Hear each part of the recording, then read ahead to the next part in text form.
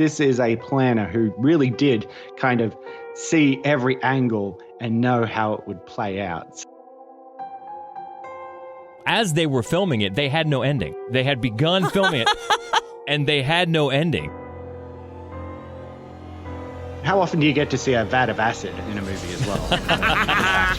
Of course, your holiday season needed to be a little bit more frightful, and that's where we come in. Glad you're here. Welcome. This is the Fright Club podcast, and she is Hope Madden. He's George Wolf. And we are from madwolf.com. Glad you're here, as we're going to talk about planning, evil genius planners, right? So maybe that's this year, it's how to hide all your presents and get them so nobody finds them and all that stuff. But no, we're not talking about that. We're talking about crimes. We're talking about murders. We're talking about frightful stuff, because that's what we do. So we'll get to that, and we got a special guest to help us out, and we have two almost completely different lists, which is fun. It makes it a lot easier to talk about a bunch of films and a couple that I've kind of forgotten about. So we'll get into that, but we want to thank everybody for the really unusually positive response to the last podcast, which was about incest. It's funny because we put that off for like 3 years, and we tried to get co-hosts. Whenever we have co-hosts, I usually throw out a whole bunch of potential topics. No one ever were like, oh yeah, let's talk about incest. Surprise, surprise. But yeah, people really liked it. We had actually a couple people, good people, Tammy and Melissa, both a little worried maybe that so many of the movies on our list are all-time favorites of theirs. That's something between, a person and their therapist. That's all personal stuff, and we're going to get into it, but good luck with it. We did miss a few. Seth would have included Dogtooth, which is a great movie. Oh, love Dogtooth. Yeah, well, we were just talking today at lunch, and we love anything of Yorgos Lanthimos, anything, and love that movie, but not quite sure I would have thought of it as a horror movie, but okay. Yeah, I suppose to a certain degree, almost everything he's made can be seen as a horror movie. Yeah, I suppose. But then the other one, and this is I was excited about because I had entirely forgotten about In the Folds of the Flesh, which is a just totally fucked up 1970s Spanish, just nutty, oh my God. And I had completely forgotten that it exists. So it would have been fun to just talk about it. I'm sure it wouldn't have made the list, but it would have been fun to just talk about. Well, good call, Seth. Yeah, and then the other one, and I feel bad about this because Phantom Dark Dave actually messaged us sometime before we did this podcast to remind us of Amityville 2, the prequel, and that would have been a good to at least mention. I forgot to do that, but that's actually my favorite of the Amityville, which is weird to say, but it was a Damiano Damiani movie, so it's like kind of post-giallo Italian nuttiness, and it's very weird. So Phantom Dark Dave, we're sorry we forgot about it. Okay. So that's pretty much covering last time out, and we're looking ahead to today where we talk about planners and how did this come about? How did this topic come about? Cory's idea. Cory Metcalfe, our special guest, man from the future, checking in from down under. How are you, Cory? I'm very well, guys. Happy to be back. Yeah, glad to have you back. So you came up with this one? Yeah, it's kind of that thing with you guys, I'll be watching a horror movie and I'll go, hey, that's a great idea for a show. I should get in contact with those guys. I'm sure they'll have me on again. And are you like Hope? Do you just automatically start forming a list in your mind, like right away? Ooh, I bet I could think of 5. Exactly. It's just one of those things of just like, I'm sure they haven't talked about this. And I look it up and I've got a list in my head and then it evolves. And you guys obviously come up with stuff real quick. So yeah, it's always a lot of fun. Well, that's great because, as I said, looking at these two lists, they're almost completely different. So, and a few of these, I know, especially on your list, we haven't talked about ever in the 100. I believe this is episode 192. So that's a lot of episodes not to cover any of these films, and they're worth talking about too. So that's good. Yeah, well, and I mean, there's even one on there that I'm surprised you guys put on there because we have talked about it before, but we'll get to that. Oh yes, yes we will. So we'll just go back and forth, right? That's probably the best way, just 5, 5, 4, 4 until we get to the top. But until we do that, do you have any hope? Do you have any, under the radar, almost made it, honorable mention types? Actually, no, because a couple of the ones that I was kicking around wound up being on Cory's list anyway. But Cory, I know you have one, which I totally agree with. You have one that you wanted to mention. Didn't quite make the list, but is worth noting. Yeah, I had it on there. I had it off there, but I did really want to mention it. And that is Murder by Numbers. The characters are Richard Haywood and Justin Pendleton.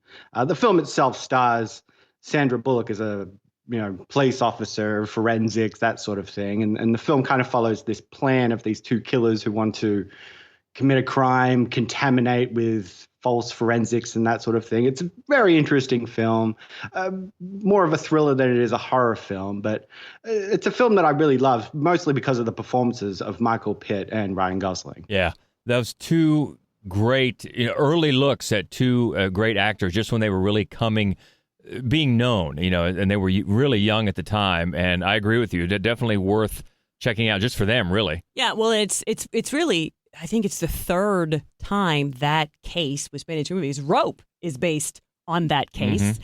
And then why can I not think of the other one? There's another one that might be just like a made for TV, and I can't think of the name of it. But yeah, to see Tommy knows this. I mean, anything Michael Pitt does, and obviously anything Ryan Gosling does, it is, I think, really fun. And it's interesting because it's a Sandra Bullock movie back when she was at the height of being Sandra Bullock. But when you remember it, she's not what you remember. She was what? She's like a grizzled detective. No, she wasn't. But the other two, and I love to, it's like they plan this all out, and then of course, one of them throws up. Well, then you're just screwed. I mean, you're just completely screwed. So it was, I agree with you, Cory. It's a fascinating movie. Though, that's nothing. Remember the one, I think it was called A Stranger Among Us. Remember when Melanie Griffith played a grizzled detective? Ooh. Yeah. Is that what it was called? Maybe. There's a list right there we can start getting into, but we won't. We won't. That's a good one to, rate a mention. But all right, so we've got a bunch to talk about, so let's get into it. Who wants to go first? Are we going first, or is Cory? Okay, Cory, let's go first with your number 5. And this is one I'm glad to talk about because I really enjoyed it. Go ahead. Yeah, I saw this one when it first came out, fell in love with it. So my number 5 is Earl Brooks, and Marshall for that matter, in Mr. Brooks. Oh, I thought you might be interested in this. This is the policewoman who's looking for you. Wow, we've never known anyone who was looking for us before. We're gonna have to find out everything there is to know about this woman. This is close, Marshall. This is too damn close.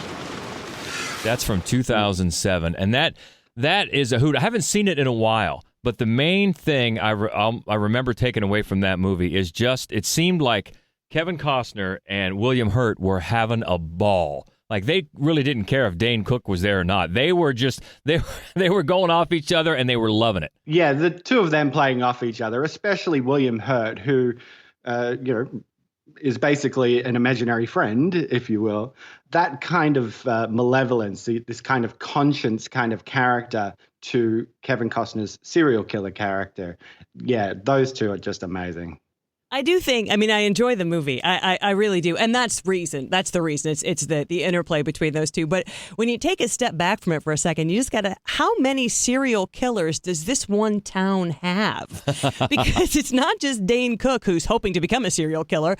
It turns out there's another one in the family that you don't know about until later on. And I remember at one point thinking, that seems like a lot for one town to me. Well, and the old classic of having your bad guy and your good guy cop character, who in this case was played by Demi Moore, right, kind of working in tandem, but never actually meeting, and I kind of love that in storytelling. It's fun to follow along with, but boy, Costner and William Hurt just make it so much more fun. They always keep your attention. Yeah, absolutely. No, it's a blast to watch the two of them just be sort of maniacal together. Yeah. And I guess, being the theme of planning as well, is having an extremely organized serial killer, someone who lives in society, but is often very well planned in how they do their killing in order to make sure they get away with it, And I think that's actually something that's going to be a little bit different than the other ones I had on my list, in that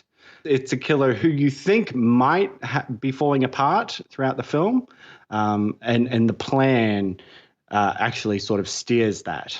Actually, it's funny because it just made me think of one that I probably should have on the list that I don't, which is the original Vanishing, which is very similar, yeah. Right? He's got a very specific plan, and the reason that he gets away with everything he gets away with is because he's just such an ordinary guy. That's a good one. And you have to go with the original, not the remake. Exactly. Sure. Speaking of Sandra Bullock. Of The Vanishing. But no, Mr. Brooks, good one from 2007. That is Cory's number 5. And our number 5 is from the 1986 film April Fool's Day, and it's Muffy. Oh, ha, ha. Ha, ha!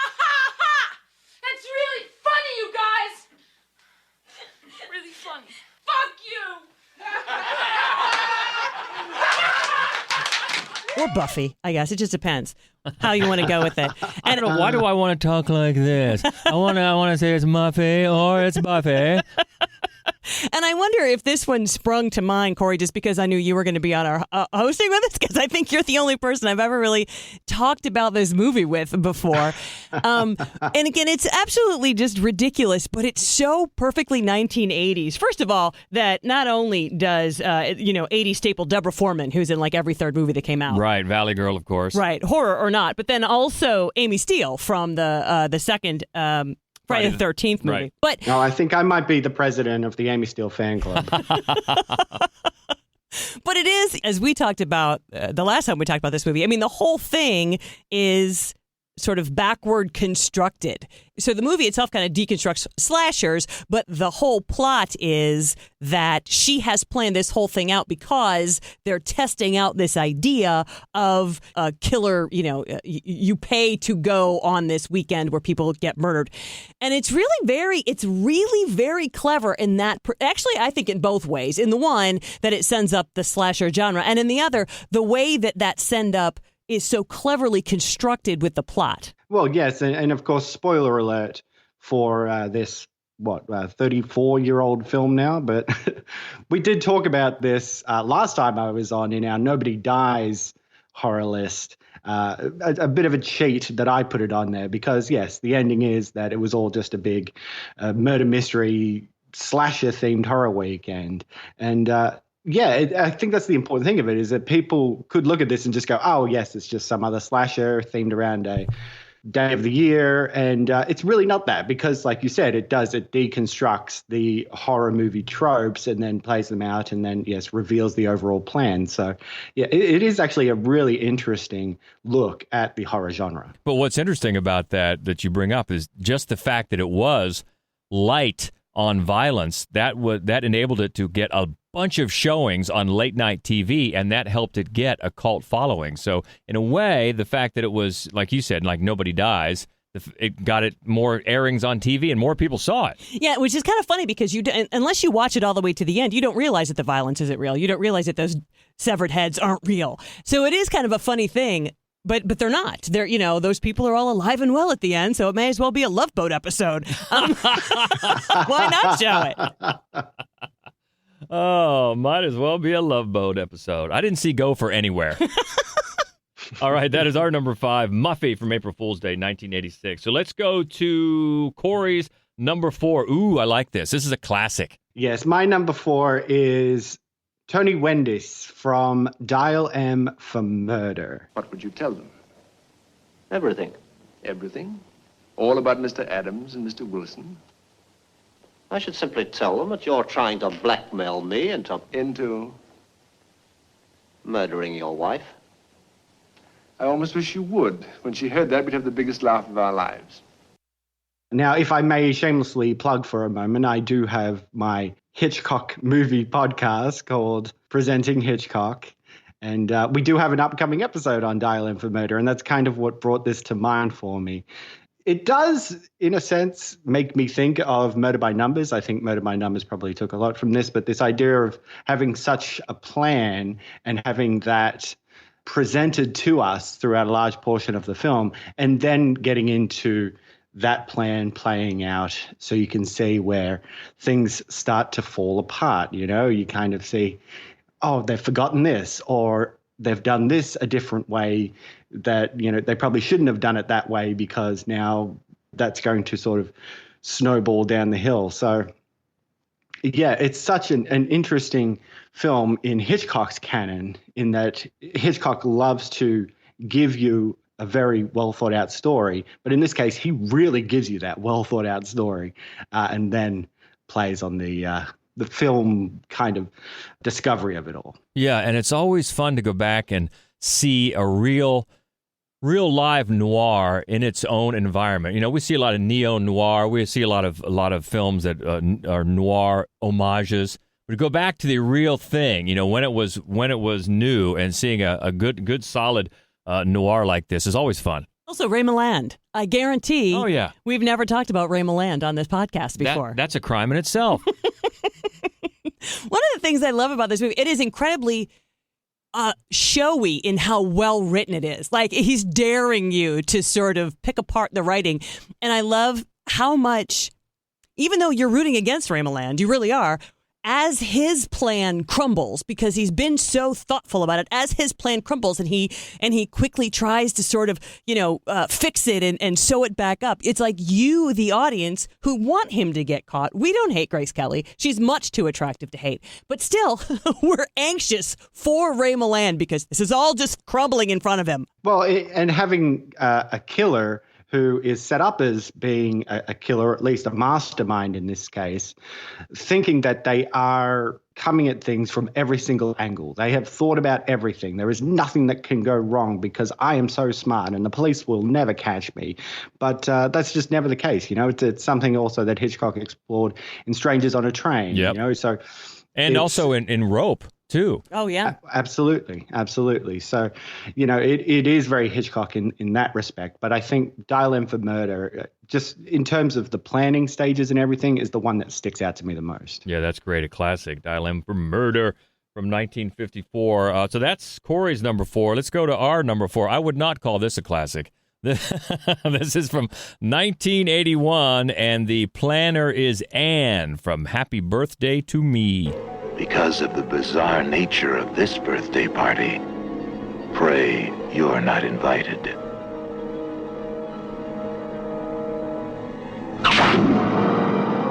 My biggest takeaway from this, the first time I saw it, was, what is Glenn Ford doing in this movie?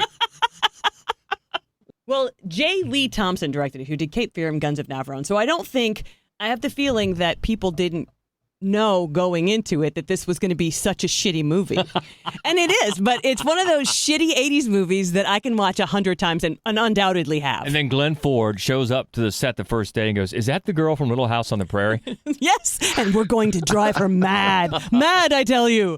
I just think it's fun. It's a fun, one of those bad 80s movies. And there are about 90 that are very, very similar to this, where she's your sort of beautiful, innocent, popular lead, but she's got something wrong with her head and you're not quite sure what it is. And that's all going to unravel. But at the same time, she's trying to figure out what's going on. All of her friends are dying, and they're dying or disappearing.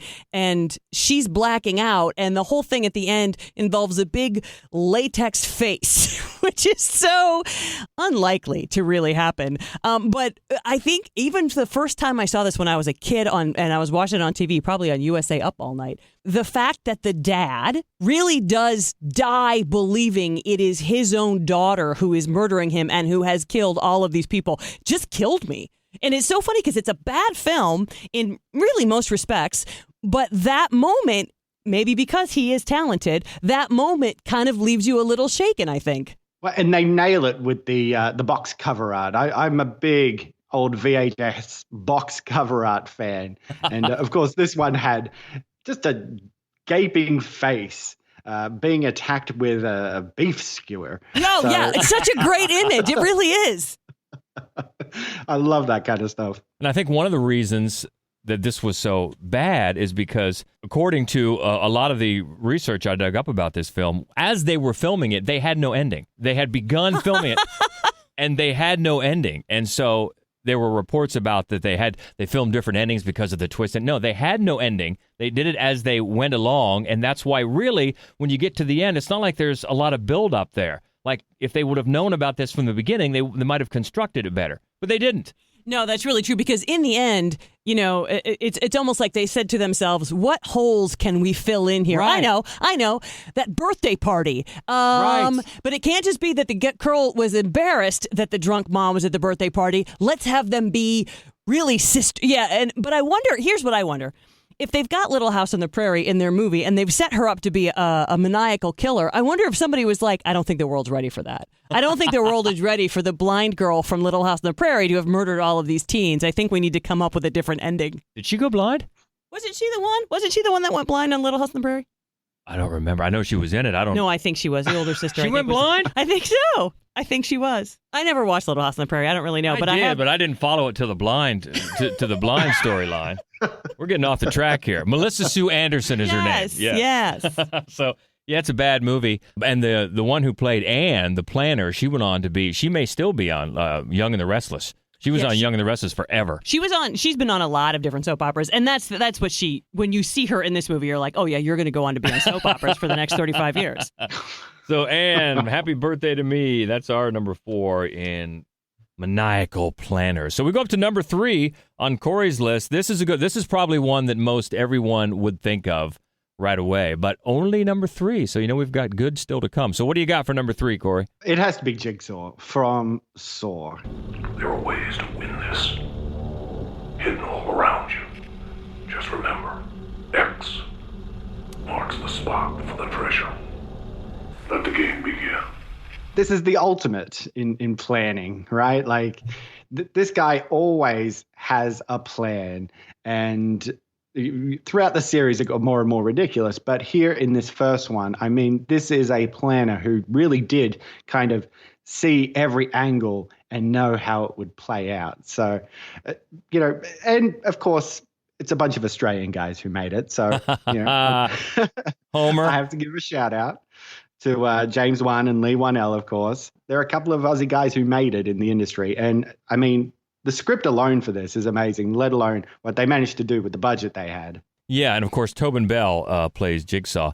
And I think Hope and I both, we don't have as much love for this movie as a lot of people do. But I will say that the first time I saw it, that twist at the end when, he's been alive the whole time in that room, that was pretty slick. And even though some of the, the other episodes in the series, and there are too many, and most of them are bad, but still, he is such he just is now horror's ultimate mastermind, And then the idea from the beginning that he's chosen these people, he's followed them, he knows everything about them, he set up these very specific ways that he knows that they're going to probably fail, but if they succeed, then they're going to go on to be psychotic killers for the rest of their lives, and they're going to be, disciples and do the same thing. It was incredibly clever. Yeah, well, and I guess I should put the caveat on it. When it comes to Saw, I mean, the movie, no pun intended, lives or dies with Kerry L. West and Lee Wanell in that room. There is a lot of side stuff, and I will give it up to Shawnee Smith. She's pretty good. But I mean, when they cut away and they're following Danny Glover and all that sort of stuff's going on, and you're just like, all right, so we're getting away from the point here. Jigsaw. We want more about Jigsaw. Yeah, and it's funny because I think you can tell just even from the second one, which was clearly not nearly as good as happens, right? The second in a series. That all of the world was like, we just need more Jigsaw. We need more of what he's talking about, what he's up to, what the plans are. Because the second one really, that's all it is. It's just a maze of these traps that have been plotted out specifically because of these different people's weaknesses. It really zeroes in just on his thought process, and so that you can try to then sort of counteract the plan, like think it backwards. Okay, so what would be his ultimate goal? How do I step back from there? It is a very clever concept. It is. And we're getting another one, right? We have what Chris Rock is involved in. Spiral. Yeah, it was supposed to come out this year. You're right. Well, there's a lot of things. Yeah, right. So we can look forward to that. But yeah, no doubt about it. A incredibly ingenious planner. That is Jigsaw from 2004's Saw. Cory's number 3. Moving up to our number 3, and this is a great character from a film that we have a lot of love for. We just talked about recently, didn't we, on another episode? This is from 10 Cloverfield Lane from 2016. Howard. After I saved you and kept you safe, this is how you repay me. No. This is...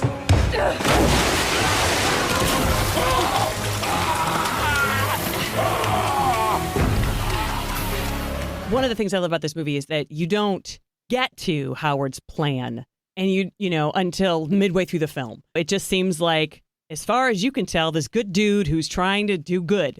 And then as the plan starts to unveil itself, you realize, first of all, he's a very meticulous planner, very frustratingly meticulous planner. And second of all, he is not a good dude at all. Oh, and I remember the first time that we watched it, and when all of a sudden he comes out and his hair is combed and he's freshly shaven like he's going courting, you were like, oh no. It's just like the creepiest moment ever. I think the interesting thing about 10 Cloverfield Lane is about how layered the film is. When you're watching it, you're thinking, okay, how is this related to Cloverfield, the first movie that I saw?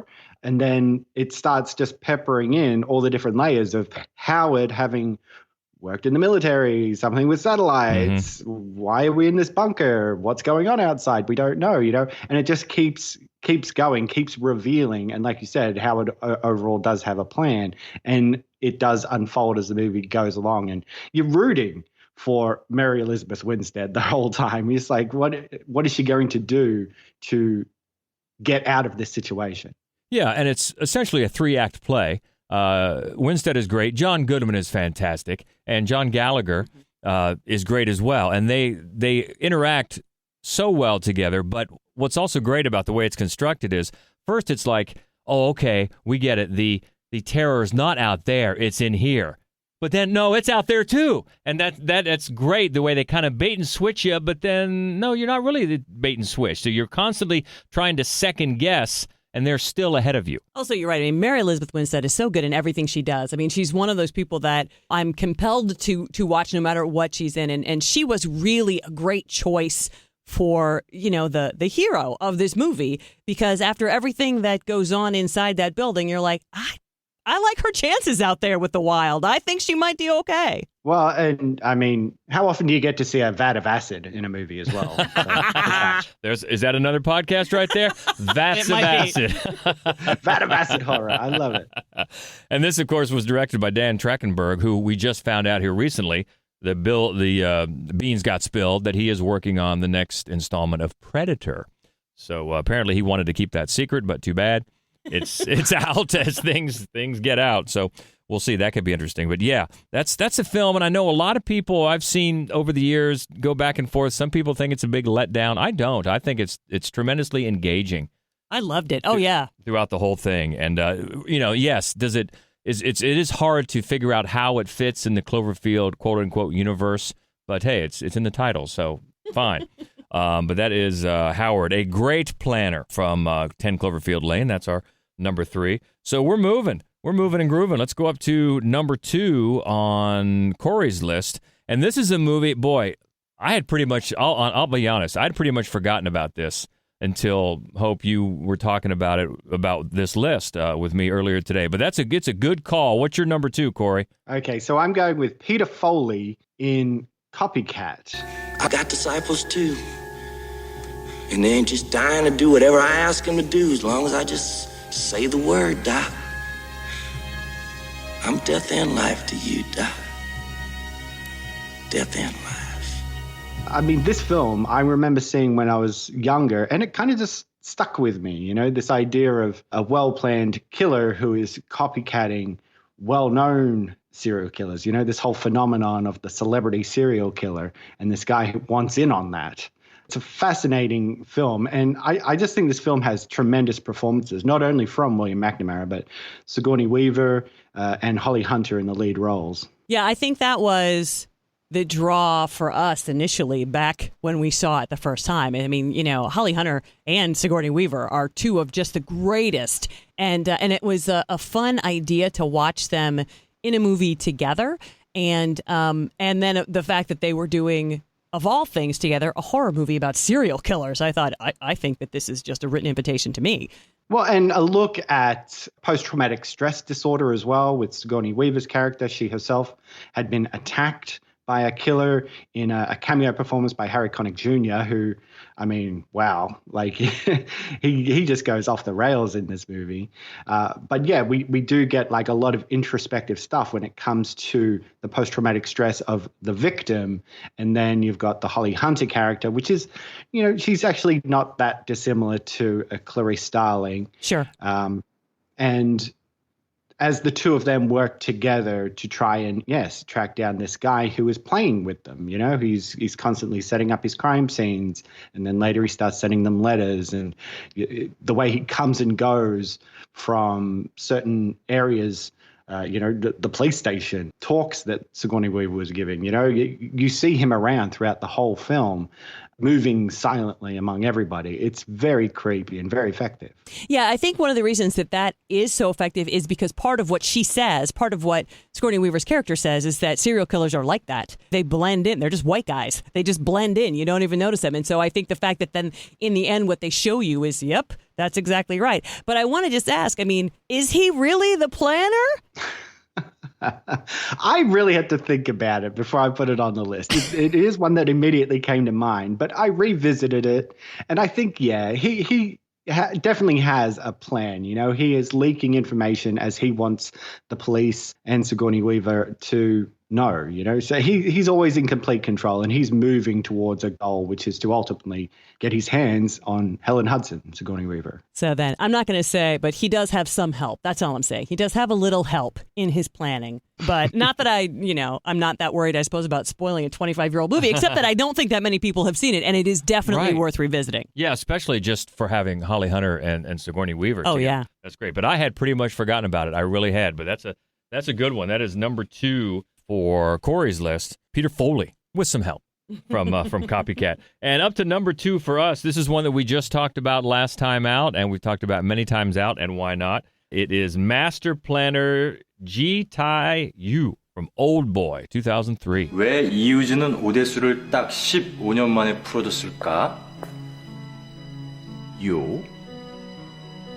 Yeah, I think it was when we were talking about, because as I said, in our last podcast was on incest. And so, again, apologies, because another big fat spoiler if you haven't seen Old Boy. But if you haven't seen Old Boy, what is going on with you? But as we were talking about the film for the last podcast, I thought to myself, oh, there's a planner I totally forgot about. And not only, and a patient planner. Oh, yes, and meticulous. I mean, this guy's got everything planned out. He knows what revenge he needs to seek. He knows what's going to be the worst thing this guy could do. He's going to put him in the same boat. He's going to take 15 years to get him there. Oh, my God, it was, just chef's kiss. It was so good. Well, and using the very thing that you love as a tool of your revenge, you know, it's that kind of like mind-blowing thing. Like when you get to the ultimate conclusion, your head just explodes. Oh, yeah. Yeah, I mean, given what this guy's mad about, it makes perfect sense that this is the revenge he's going to seek. He's gonna get you to the point where you feel the way he feels, and you got him in trouble for that and cost him everything that mattered to him. It's just such a perverse and twisted route. I mean, it doesn't, on the surface, if you just say that, you think there'd be a lot of revenge tales that could fit that. But the unseemly depths, and as you said last time, George, the longer it goes on, the more it seems like it ought to feel pulpy, but it really doesn't. Exactly. If you were just going to, without anyone knowing, if you were just going to read the list of the plot points, you'd be going, what? But, and you saw some of that with Spike Lee's Imagining, which was totally misguided, but as great a filmmaker as he is, that didn't work. But anyway, this one, it doesn't. You don't start rolling your eyes at the pulpiness of it at all. You're going, oh no. Oh yeah, completely riveting. And one of the most riveting movies I've ever seen. Well, and I think it's a very good look at human nature as well. And can you actually have a plan that pegs somebody on the level of their human nature? You know, what are they going to do down the line? And how do I plan for that? You know, so it's amazing how organized, the whole thing is.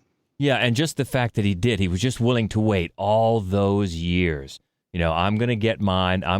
Just waited and waited and waited and then have it come to fruition. Amazing. And that is number 2, Ji Tae-yu from Old Boy in 2003. And what's great about this list is we all come together at the top. We all have a same number 1, and it's pretty easy. I mean, it should be easy if you're thinking about planners in horror movies. I don't know who else was a better planner, right down to what's in the box, than John Doe from 7. Give me your gun. What's going on over there?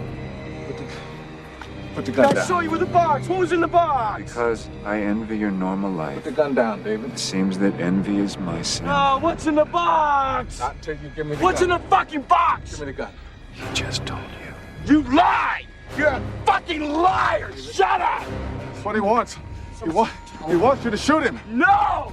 What's in the box, indeed. I think that's what I love about this movie is there's so many iconic moments. There's moments throughout the film that just really WTF you the whole time, right? Like you just like the imagery and the mastery of the storytelling here from David Fincher.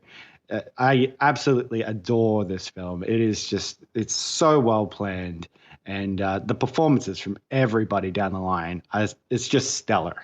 And a couple of things worth mentioning after all these years, and when we find out certain things about the movie, was number one, that they decided to keep Kevin Spacey's name out of the opening credits. Right. What a brilliant move. Brilliant move, because then that just came out of nowhere. You wouldn't have been thinking, well, where's Kevin Spacey? That was brilliant. And then there's been much talk since the movie came out about how Brad Pitt, I think maybe Brad Pitt himself or maybe Morgan Freeman as well, just held firm about the ending. It would not be changed. Brad Pitt, it was in his contract when he signed his contract that no amount of notes or producer meddling could change that ending. It had to end the way it did, ended it in the script, and otherwise he wouldn't sign the contract. And there was a great deal of effort to get him to change his mind so that it wouldn't be such a bleak ending, so that it would have more mass audience appeal, and they didn't get a chance to do it. And also, Brad Pitt bought all of his own ties.